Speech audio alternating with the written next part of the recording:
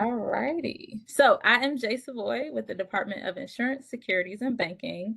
My role is Community Outreach Specialist in the Office of Financial Empowerment and Education. I know it's a mouthful, but that is my complete title. I just want to introduce myself so I can put a face to a name before all you see is PowerPoint. And then I'm going to pass it over to my colleague who will also be co-presenting with me. Good afternoon, everyone, and thank you for joining us. My name is Kamaria Mabry. I am a program analyst here in the Department of Insurance, Securities, and Banking, Office of Financial Empowerment and Education. I specifically manage three programs here, and that's the Opportunity Account, the Earned Income Tax Credit program, and I also work closely with our returning citizens and justice involved population. Thank you for coming, and we're glad to be here. Wonderful. So I'm going to share a screen, and then Kate, if you wanted to jump in and do your thing, then we can get started. Wonderful. Once again, this is Kate Marand from the Department of Small and Local Business Development. From our Innovation and Equitable Development Division, we are hosting a spring webinar series with many of our partners, both in government and in the small business ecosystem. And very excited, very early in the session, to be hearing from the Office of Financial Empowerment and Education. We will just say that wealth building is an important part of small business development. And we know that a lot of the programs from DISB overall, Department of Insurance, Securities, and Banking, but specifically from the Office of Financial Empowerment and Education, are critical and helpful as folks are looking to do just that. And so I will turn things back over. Thanks, everyone.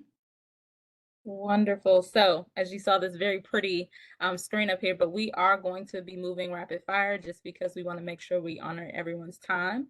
So the Department of Insurance, Securities, and Banking, a lot of people aren't familiar with, but our mission is threefold. We create a regulatory environment that both protects the consumers in DC, but also tries to keep the good financial service firms in the district. So that just means that if anybody is doing something they don't have any business doing as it relates to the financial industry, specifically around insurance companies, securities brokers, and banks, we will be the people that hold those folks accountable. And if we can't hold them accountable because we're just the district, then we would point you to the federal regulators that can do that work. We also want to keep good banks here and draw as many good partners into the city so that we have a robust banking environment, so that there's enough diversity and enough there's enough range that people can choose the services that best suit what they need. So this is specifically helpful to you as we think about how banks are regulated and what banks can do for small business owners.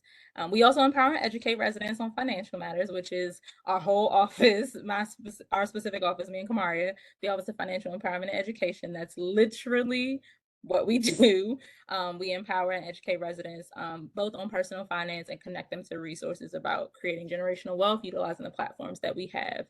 And then lastly, we provide financing for district small businesses. That is not our office, but that is another part of our agency. So you'll probably later on in the go around here is something about DC BizCap, which is our collateral support program, but that is for folks who are more established in business and looking to progress forward and get funding to expand.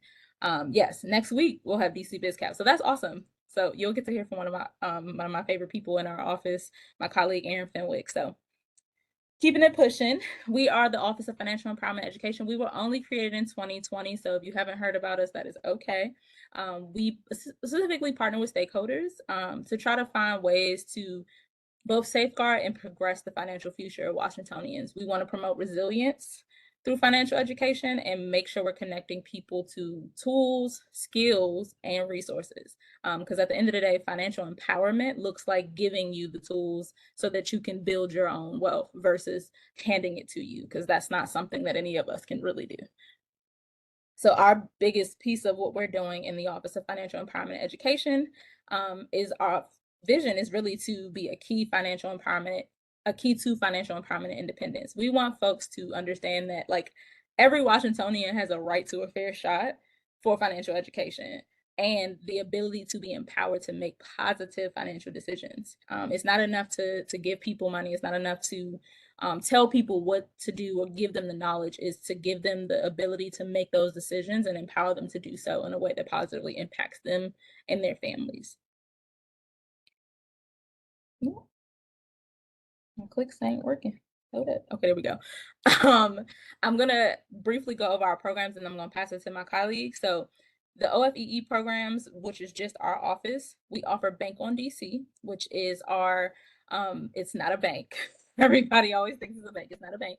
Kamaria will go over it a little bit in the next few slides, but it's a program that helps folks get access to low or no cost fee bank accounts or second chance accounts. The Earned Income Tax Credit campaign, which Kamaria will also talk about, our financial literacy programming, which is really what my whole role is those in-person and more targeted programming. Financially Fit DC, which is both a virtual platform and a webinar series. And then our Opportunity Accounts program again, which is our match savings program, and you'll hear more about that soon. So, Maria. Oh, you're muted. Hi guys, so today we will start with our Bank on DC program. So through our Bank on DC program, we work with financial institutions here in DC to open up first accounts or second chance accounts for our DC residents. We know that a lot of our residents are unbanked or underbanked and may not necessarily trust the financial institutions, but we are here to try to build that relationship and bridge that gap. Our banks are FDIC insured, which means your money is insured up to $250,000, way better than Cash App and other things that we are using where monies are not insured. So it's very important for all residents to ensure that they have a bank account and a relationship with a banker, which you can also get through our Bank on DC program. And we work with several financial institutions here in DC. Jay, you can go to the next slide.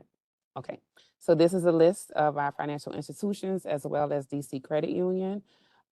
You can contact us directly to be able to open an account. We will put you in touch with a banker where you can go into the bank and actually open up an account, get that relationship going, which will also help you with your generational wealth and everything financial, just building that relationship with our financial partners here in the Bank on DC program. And if you want to get more information or get your banking on, you can go on to bankondc.org. And the next program we have is our Earned Income Tax Credit, our EITC program, that is run by DSB and administered by the Capital Area Asset Builders, which is known as CAB. So the Earned Income Tax Credit is a credit that a lot of tax filers leave on the table.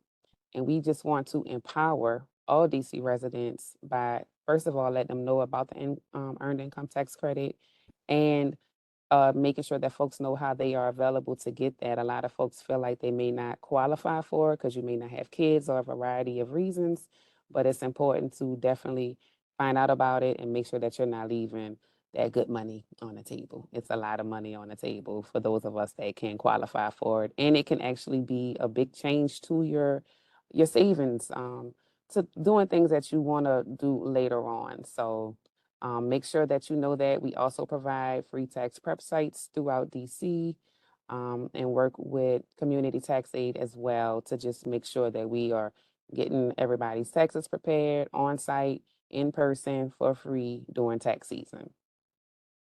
So if you want to learn more about EITC, this is the website here. You can go onto our DSB page and go under Earned Income Tax Credit. And you can also reach out to me if you have any questions directly.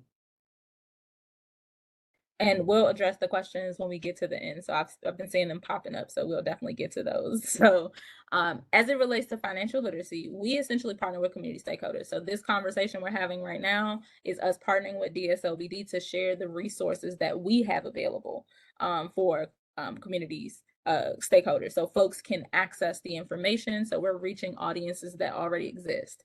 And we also partner with anybody in the community who reaches out and says, hey, I have this group of 10, 20 people, really 20 people who want to learn about this. We are residents that live in this space, and we would like to learn about this foundational financial literacy concept. That is something that we also provide. We do workshops throughout the district in all of the wards, so you don't have to live in a specific ward to get those financial literacy services.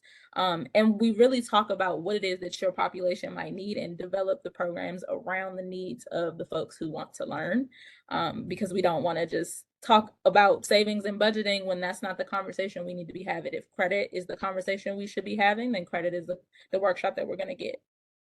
So if you want to learn more, you can just visit, again, disby.dc.gov. You'll see that a lot.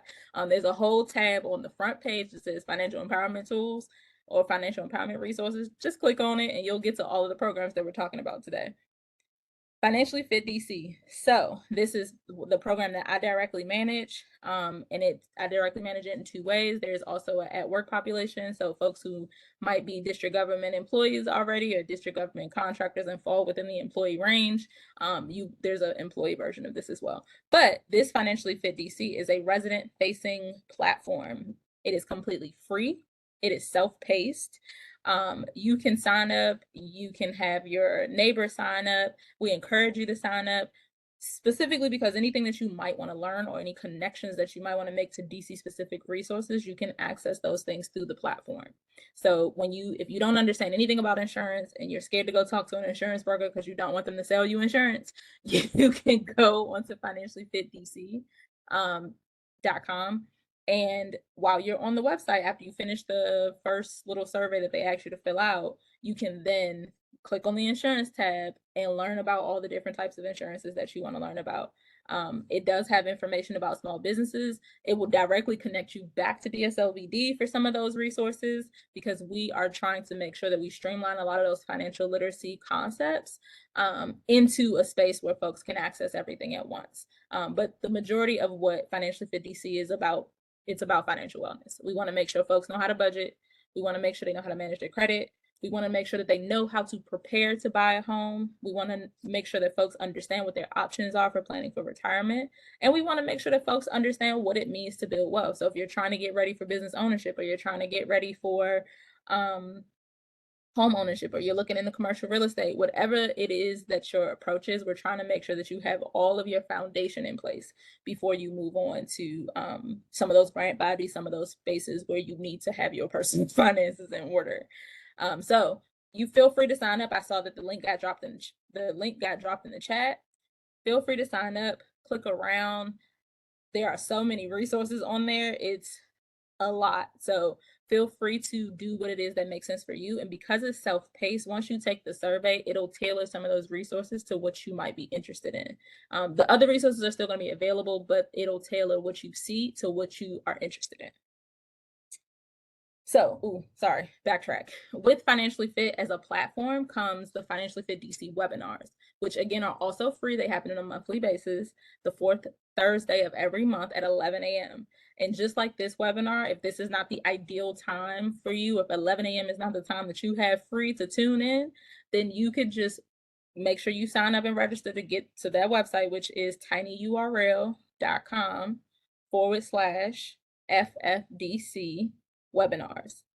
And if you're signed up for those, then all you have to do is sign up once and then log back into the platform. Every time you log back into the platform, you can access any of the webinars, old and new. And so if you're interested in learning more about those webinars, this month is about family finances. Last month was April Resource Rich DC, which we actually talked about all of the resources that are in DC. So feel free to use that platform, both the webinar platform and the Financially Fit DC platform, to educate yourself in the things that you would like to learn about. Now, opportunity accounts. You're muted again. Sorry, guys. So the opportunity accounts here at DSB is a 4-to-1 match savings program. As long as you're a DC resident and earn an income, if you save $1,500 in an escrow account that we provide for you, then we will match that up to $6,000 for specific goal savings such as education, first-time home purchase or renovation repairs, small business development, and retirement. We, again, just like EITC, it's our program. It is administered by Capital Area Asset Builders, CAB.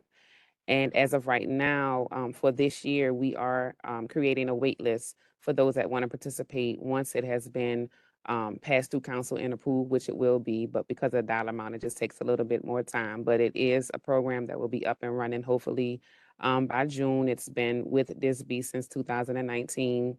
And we do have over 200 residents that have fully gone through the program and received their match. So again, because I know y'all are like, what? So you save $1,500 in an escrow account that we provide for you. You save that $1,500 between 6 to 18 months with your savings goal, education, first time home purchase, renovation or repair, small business development, and retirement. Once you make your save your 1,500, you will request your match from us. We'll match it with 6,000, and you will have a total of 7,500 free tax-free dollars that does not have to be repaid to put towards one of your savings goals. In addition to participating in the match savings, another requirement, of course, is to also do financial coaching, credit counseling, and financial education. We want you to get this money and make sure that you know exactly what to do with it and make it work the best way that it can work for you and your families. So the information to get to that, again, is on our DISB dc.gov page under DC Opportunity Accounts. And again, my information will be at the end. If you need to reach out to me specifically with questions or concerns, you can definitely contact me. So one of our main programs within one of the ways that we extend the work that we do, right? Because we can't do everything all the time. Our team is a lovely team of 6, but we have something that is amazing called the Financial Empowerment Center. There's only really 2 in the district, and there's maybe 6 or 7 in the nation. And so we are very privileged as residents of DC to have access to something like this. So the Financial Empowerment Center offers one-on-one financial counseling at no charge to all DC residents. Around banking access, credit improvement, debt reduction, and savings. All the sessions are confidential. Counseling can be virtual, it can be on the phone, it can be in person at the PD Green Center, which is on MLK Avenue in Southeast. That's the physical location. You do not have to live in Southeast to go to the center. You can live anywhere in the district and go to the Financial Empowerment Center and use those resources, or you can set it up virtually or in person, over the phone.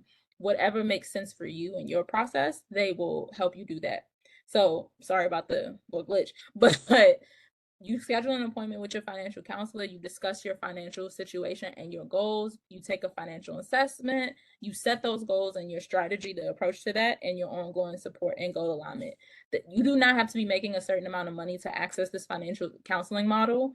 Some people just need the accountability. And so it's not necessarily about, well, I need to save to get out of debt. If that's not your situation and your goal is actually, I'm already a business owner, but my personal finances aren't what I need them to be, or I'm aspiring to be a business owner and I'm trying to get my personal finances together, I make a decent amount of money. It doesn't matter what your money looks like. This counseling model structure is just to help you have someone to hold you accountable, but also for you to have a conversation, a candid one, a real one about your financial situation so that you can progress towards your financial goals in a way that is more transparent and not limiting.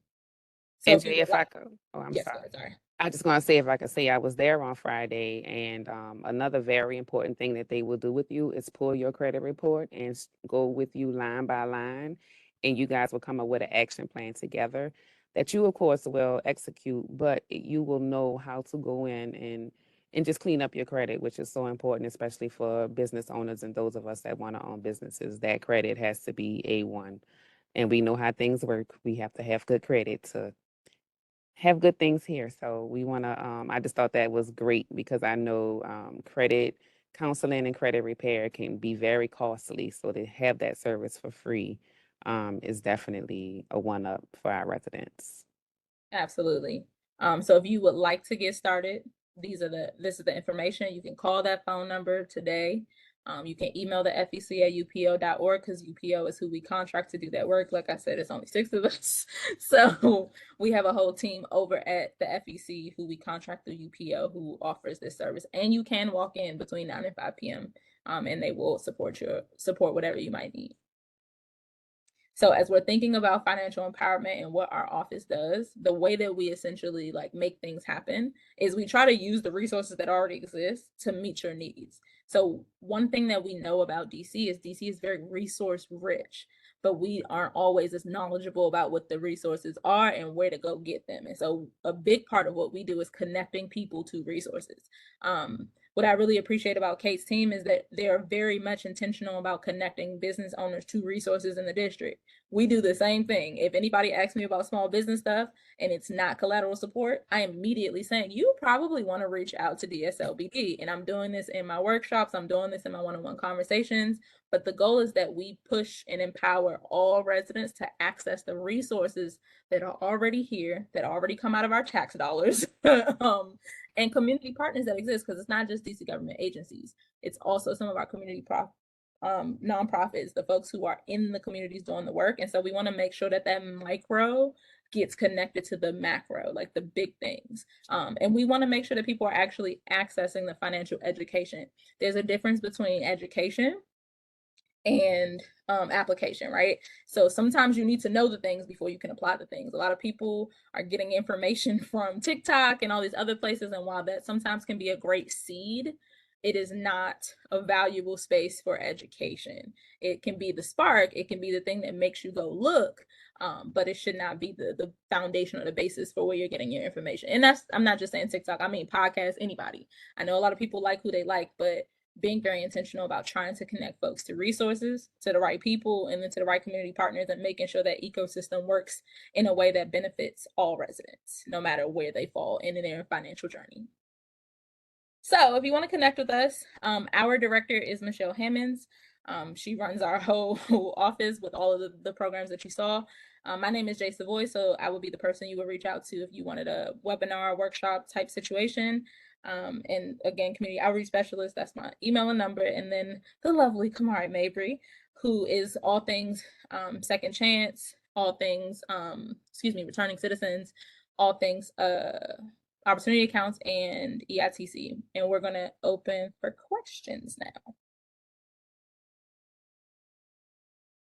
There were 4 questions in the chat if you want me to go back to those. And then for folks who are on the line, if you want to keep putting questions in the chat, and once we get through these questions, we'll come back to our call-in users as well and give you an opportunity to ask some questions.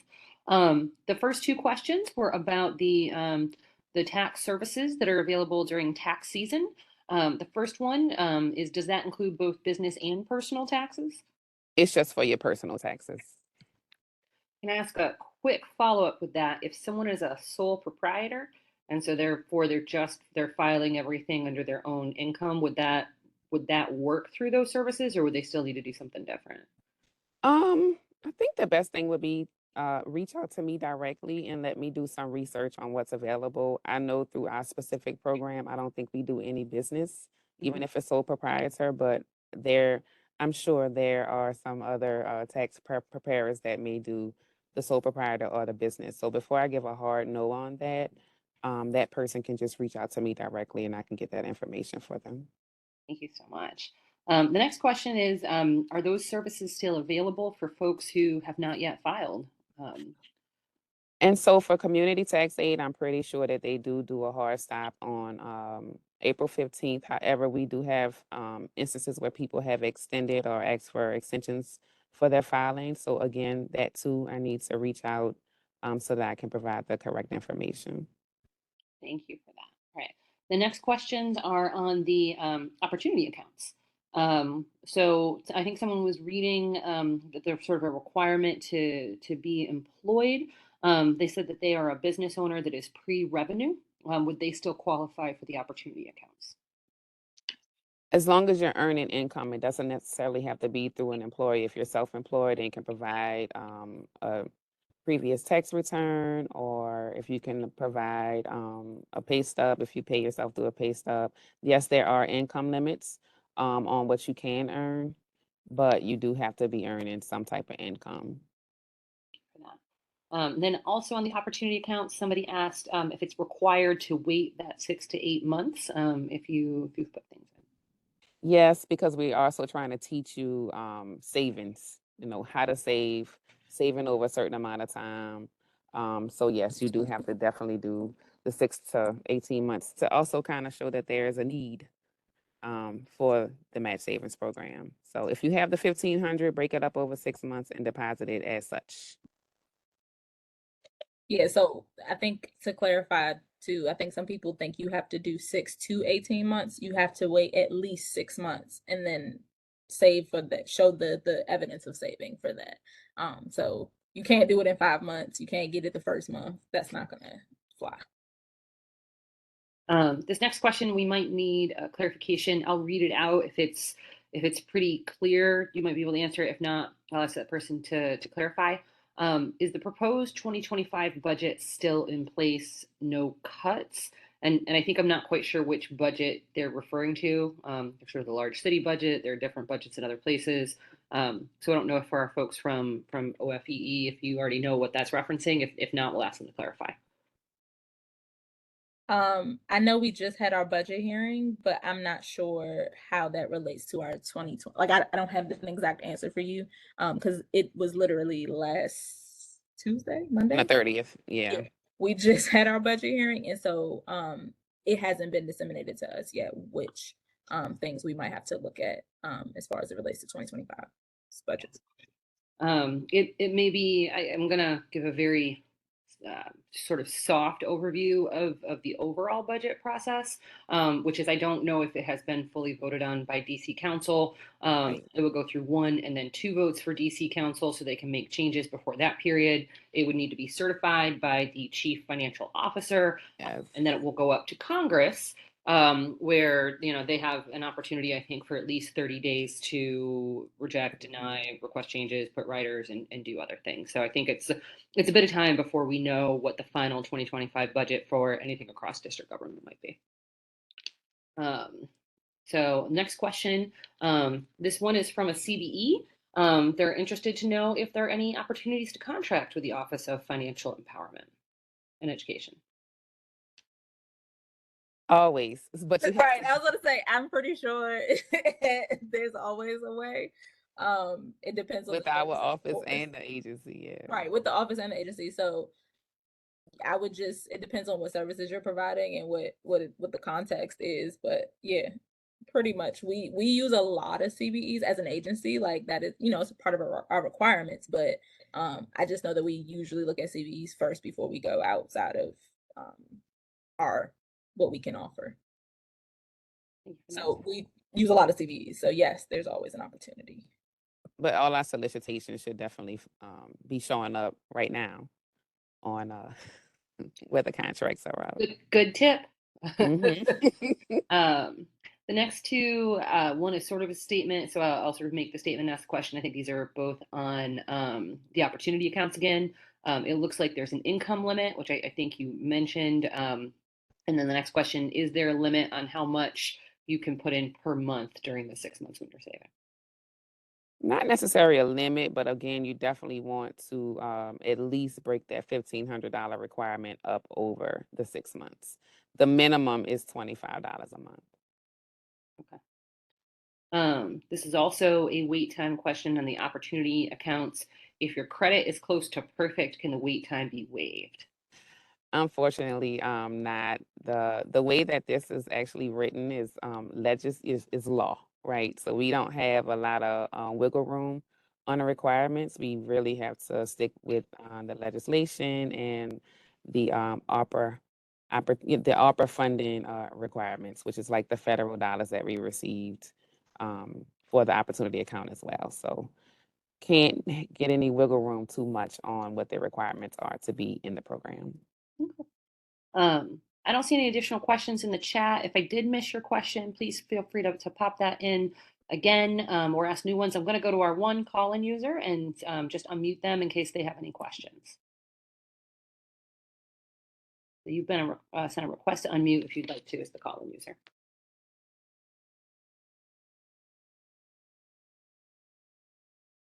Sounds like maybe they don't have any questions, which is fine. So I think with that, I'm not seeing any other questions in the chat. So I'll just I'll turn it back over to you guys to close out. And the only thing that I will say is that we have a lot more sessions that are coming up in the spring webinar series. This session was recorded. It will go up on DSLBD's YouTube. But there are so many great services and programs with the Office of Financial Education and Empowerment. We want to make sure that folks are connecting, making use of that as you're building your business and you are building wealth for your family. Thank you, Absolutely. Jay and Kamaria. You're welcome, guys. Pleasure. Please feel free to reach out to us through email if you think of anything. Just that's what we're here for. So please utilize us. Yes, and if we don't have the answers, we will definitely get point it. you to the correct answer, because sometimes we get questions about things that we don't have the answer to because it's not in our lane. But we will definitely put you in touch with the right person. So please feel free. And then I encourage you, sign up for Financially Fit DC. use the resources because your tax dollars paid for it. Okay. Well, thank you, everyone. Have a great Tuesday. Thank you guys. Have a great one.